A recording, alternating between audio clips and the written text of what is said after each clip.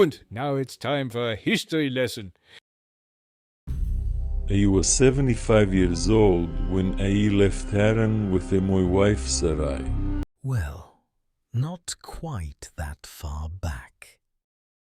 No, still later. Always in motion is the future.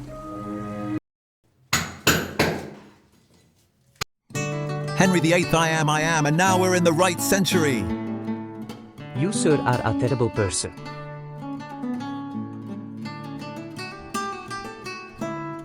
Yeah.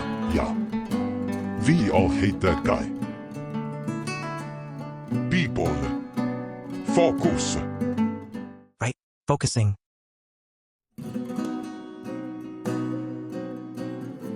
Historians credit Juan Ponce de Leon, the first governor of the island of Puerto Rico, with the discovery of Florida in 1513.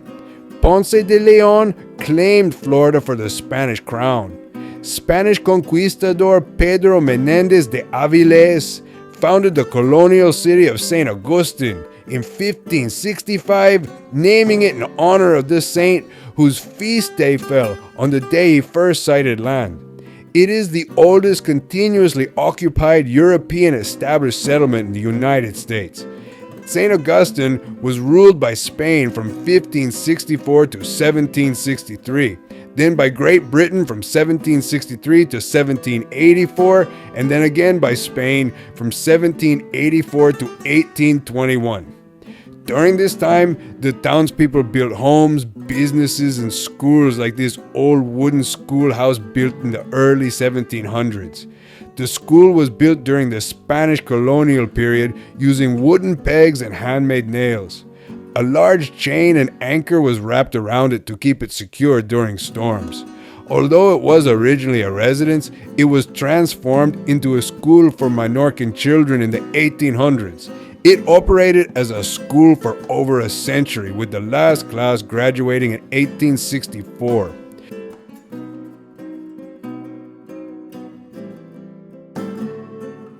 Throughout its history, the city was attacked many times by rival nations, forcing them to rebuild the city several times. But national rivals were not their only concern. St. Augustine was also a Spanish treasure port which drew the attention of pirates. History records at least 22 significant pirate incidents during the 16th and 17th centuries.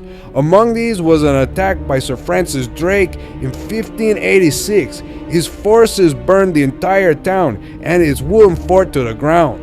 But for all his destruction, very little treasure was found. Another notorious attack came from a Jamaican-based pirate named Robert Searle. He and his crew led a brutal raid, killing over 60 citizens. On a side note, pirates are known to corrupt those they come into contact with, so you need to be very careful when keeping company.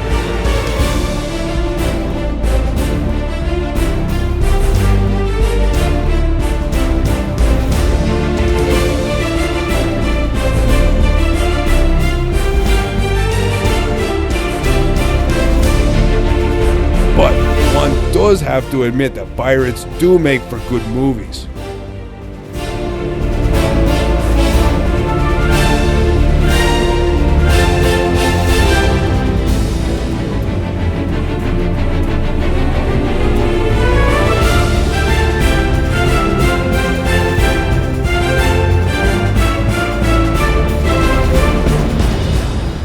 Back to real history.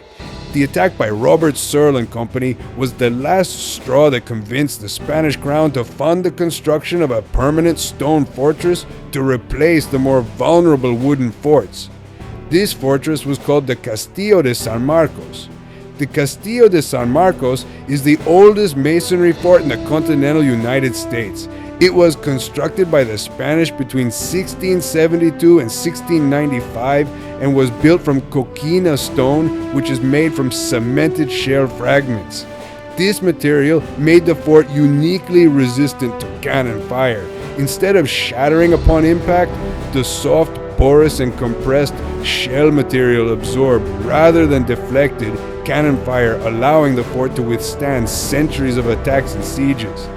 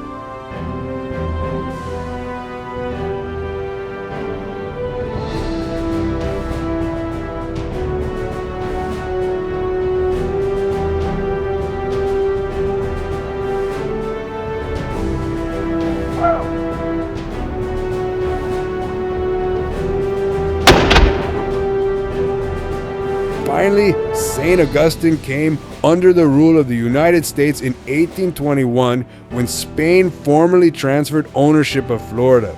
Then, in 1845, Florida became a state in the Union.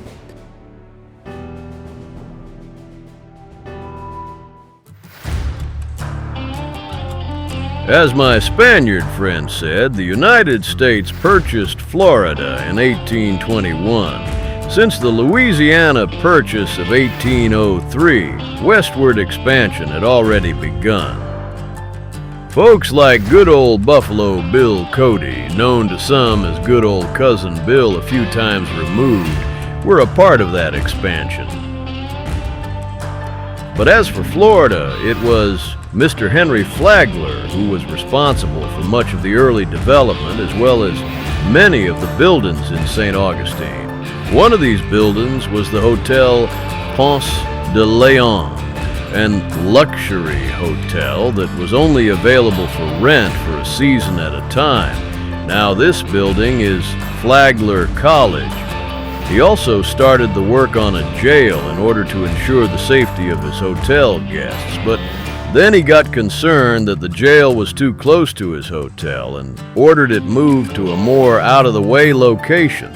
The new jail was constructed by P.J. Pauley Jail Company, known for their work on a little old place called Alcatraz Prison. The jail was constructed to hold 72 men and 12 women. It was designed to resemble a lovely Victorian house, but the living conditions were far from lovely. Sheriff Joe Perry, the longest-serving and most notorious sheriff of the South, ran that jail with an iron hand. He was also known to have shady dealings with the town businessmen to provide them with free labor from the inmates. The wretched conditions combined with forced hard labor meant that many who ended up there died there. The old jail was closed in 1943, but some say the ghosts of some of the past residents still hang around. But there's more to St. Augustine than fancy hotels, jails, and ghosts. In the early 1900s, the Women's Temperance Union got a bee in their bonnet, and together with political progressives, the 1920 Prohibition Amendment went into place, and the production, sale, and transportation of alcoholic beverages was banned. That didn't stop the good folks of St. Augustine, though. The city was a bustling and often chaotic port city boasting a thriving, though illicit, alcohol trade. Don't get caught, though, or Sheriff Joe Perry might just come for you. Prohibition ended in 1933 by President Franklin Roosevelt, and now you can visit wineries and distilleries to your heart's content. Today, St. Augustine is a bustling community filled with rich history,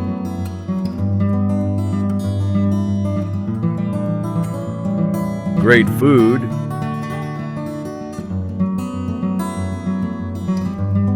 and maybe even a ghost or two. There are many other interesting places to visit too, like Old Man Potter's Wax Museum.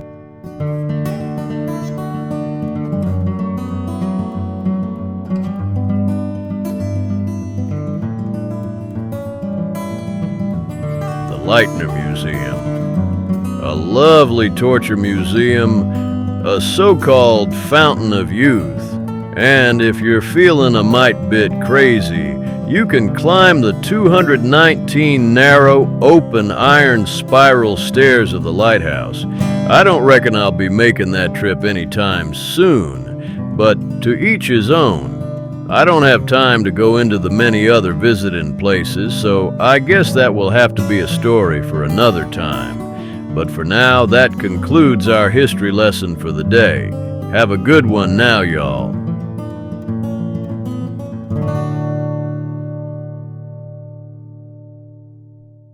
What about the mini-golf? I thought there was mini-golf. Not again with the mini golf.